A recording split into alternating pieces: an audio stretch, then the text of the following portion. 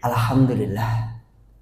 Alhamdulillahilladzi anzala alaina al-Qur'ana fi syahri Ramadan wa kataba alaina as-siyama fiha.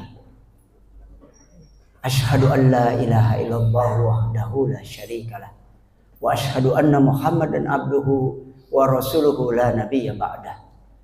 Allahumma fasholli wa sallim wa barik ala sayyidina wa nabiyyina wa syafi'ina wa habibina wa maulana Muhammadin wa ala alihi wa sahbihi wa man tabi'ahum bi ihsanin ila yaumiddin, amma ba'du. Jamaah sidang salat subuh yang dirahmati Allah Subhanahu wa taala. Tidak ada kata yang layak kita ucapkan pada pagi hari ini kecuali puja dan puji syukur kita kehadirat Allah Subhanahu wa taala. Allah Subhanahu wa taala yang telah menurunkan Al-Qur'an pada bulan suci Ramadan ini dan kemudian mewajibkan kepada kita puasa pada bulan suci Ramadan ini dengan harapan la'allakum tattaqun, semoga kalian bisa mencapai derajat takwa. Ada hal yang menarik yang terjadi fenomena di antara kita hari ini.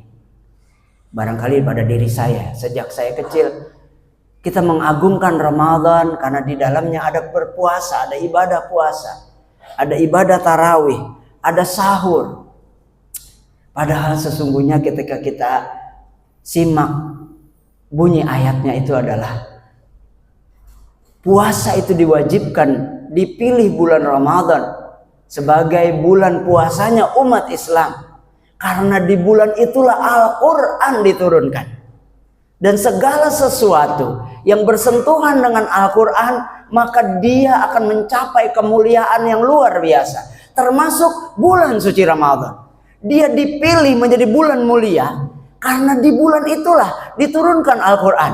Dan kita, banyak umat Islam yang terkecoh mengira kemuliaan Ramadan karena ada puasa di dalamnya. Padahal puasa Allah pilih dilakukan buat umat Islam di bulan Ramadan. Syahrul Ramadan alladzi unzila fihil Qur'an hudal linnas wa bayyinatin minal huda wal furqan faman syahida minkumus syahra falyasum. Di ayat Al-Baqarah 185 Allah pilih puasa itu untuk umat Islam di bulan Ramadan. Alasannya adalah karena syahrul Ramadan alladzi unzila fihil Qur'an, karena di bulan suci Ramadan itulah Allah turunkan Al-Qur'an. Apa itu Al-Qur'an? Hudal linnas, petunjuk buat manusia. Tidak sekedar petunjuk, bahkan Al-Quran itu adalah hudal linnas wa bayyinah, dan penjelasan minal huda wal furqan, dari segala petunjuk, dan dia akan menjadi pembeda. Akan menjadi pembeda. Siapa saja yang ada Al-Quran bersamanya, maka dia akan mencapai kemuliaan yang luar biasa. Siapa saja yang bersentuhan dengan Al-Quran, bahkan kulit kambing sekalipun, ketika dia tidak dituliskan Al-Quran, dia diikat pada drum tong gitu ya, maka insya Allah dalam hitungan 21-22 hari lagi dia akan digebugin orang se-Indonesia. Allahu Akbar, Allahu Akbar. Tapi ketika kulit kambing itu bersentuhan dengan Al-Quran, dituliskan Al-Quran, Allahu ahad, siapa yang berani gebugin? Dia akan dipajang di tempat yang tertingginya. Maka sungguh rugilah kita yang mencapai bulan Ramadan ini namun kita tidak berinteraksi dengan Al-Quran. Al-Quran yang akan menjadi petunjuk dalam kehidupan kita. Al-Quran yang akan memberikan pencerahan. Al-Quran yang akan membawa kita pada kenikmatan kehidupan dunia. Kenapa? Karena dengan Al-Quran inilah juga salah satu kita akan mencapai derajat ketakwaan. Ketakwaan yang menyelesaikan semua permasalahan kehidupan kita. Bapak Ibu yang dirahmati Allah Subhanahu wa taala. Dengan Al-Quran kita akan menyadari kehidupan dunia ini bukanlah tujuan. Dia hanyalah perjalanan. Dia hanyalah wasilah. Andai kita jadikan dunia ini tujuannya, segalanya kita miliki pun, kita tidak punya masalah sama sekali pun, hidup kita benar-benar senang sekali, tidak ada masalah sedikit pun, maka sesungguhnya seringkali itulah yang menjadi masalah terbesar dalam kehidupan kita. Kita tidak lagi mendapatkan masalah. Bukankah perut yang kenyang tidak akan lagi merasakan nikmatnya makanan? Banyak pula anak-anak kita yang tidak merasakan kesulitan kehidupan, maka dia juga tidak bisa menikmati mudahnya kehidupan. Bapak dan Ibu yang dirahmati Allah Subhanahu wa taala, di sisa waktu 21 atau 22 hari ini, mari kita tingkatkan interaksi kita dengan Al-Quran. Bacalah Al-Quran. Al-Quran yang luar biasa. Seharusnya kita belajar bahasa Arab karena itu adalah bahasa Al-Quran. Cintailah bahasa Arab karena 3 hal kata Rasulullah. Yang pertama karena dia adalah bahasaku, bahasanya Muhammad bin Abdullah sallallahu alaihi wasallam. Yang kedua adalah karena dia adalah bahasanya penghuni surga. Yang ketiga adalah karena dia bahasanya Al-Quran. Namun Al-Quran jangan pernah diremehkan. Ada yang begitu dengan sombong dan percaya dirinya. Jika tidak mengerti artinya, apa gunanya Anda membaca Al-Quran? La haula wala quwwata illa billah. Jangankan sekedar tidak mengerti artinya, salah baca sekalipun Allah katakan dilipat gandakan bacaannya. Wa man qara'al Qur'ana fahuwa la taqta falahu jaza ini. Walaupun jangan bangga dengan baca Quran terbata-bata, salah tajwid, salah makhraj, tapi istighfarlah walaupun balasannya 2. Kenapa? Man kana makhirul Quran fa huwa ma'a safaratil kiramil bararah.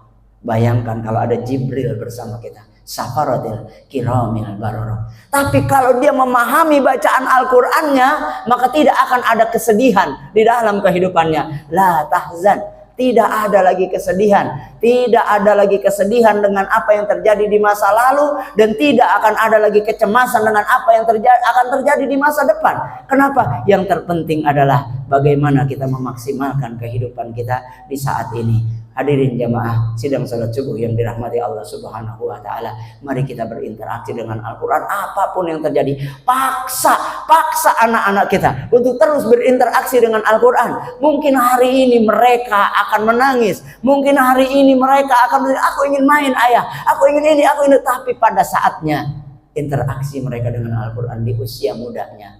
Mungkin di usia kita sekarang, ya Allah, andai dulu ayah kita memaksa kita belajar Al-Quran. Andai dulu ayah kita memaksa kita membaca Al-Quran. Semoga Allah jadikan keluarga kita ahlul Quran. Semoga Allah jadikan anak-anak kita hamilul Quran, pembawa Al-Quran. Semoga Allah pilih anak-anak kita menjadi pemimpin di antara orang-orang yang bertakwa. Semoga Allah jadikan keluarga kita keluarga Al-Quran. Allah jadikan ketakwaan hadir di antara rongga dada kita. Allah jadikan kebahagiaan tidak menunggu surga sejati yang nanti akan Allah hadirkan buat kita, surga Jannatul Firdaus. Namun dengan Al-Quran Allah jadikan kehidupan dunia ini menjadi surga buat kita. Apapun kondisinya, Allah jadikan kehidupan dunia ini menjadi kebahagiaan buat kita. Allah hadirkan dada kita dipenuhi dengan perasaan bersyukur. Apapun takdir yang Allah tetapkan buat kita, semoga Allah meridhai puasa kita. Semoga Allah pilih kita menjadi orang-orang yang bertakwa. Semoga Allah jadikan Ramadan kali ini Ramadan terbaik dalam kehidupan kita. Semoga di akhir Ramadan nanti Allah berikan kita kenikmatan beribadah di malam Lailatul Qadar. Allah jadikan hari itu menjadi pencerahan dalam kehidupan kita. Yang benar semua datang dari Allah Subhanahu wa taala. Yang salah berasal dari diri saya pribadi. Mohon dibukakan pintu maaf yang seluas-luasnya. Akhirul kalam, hadanallahu wa iyyakum ajmain. Al-afu minkum. Wassalamualaikum warahmatullahi wabarakatuh.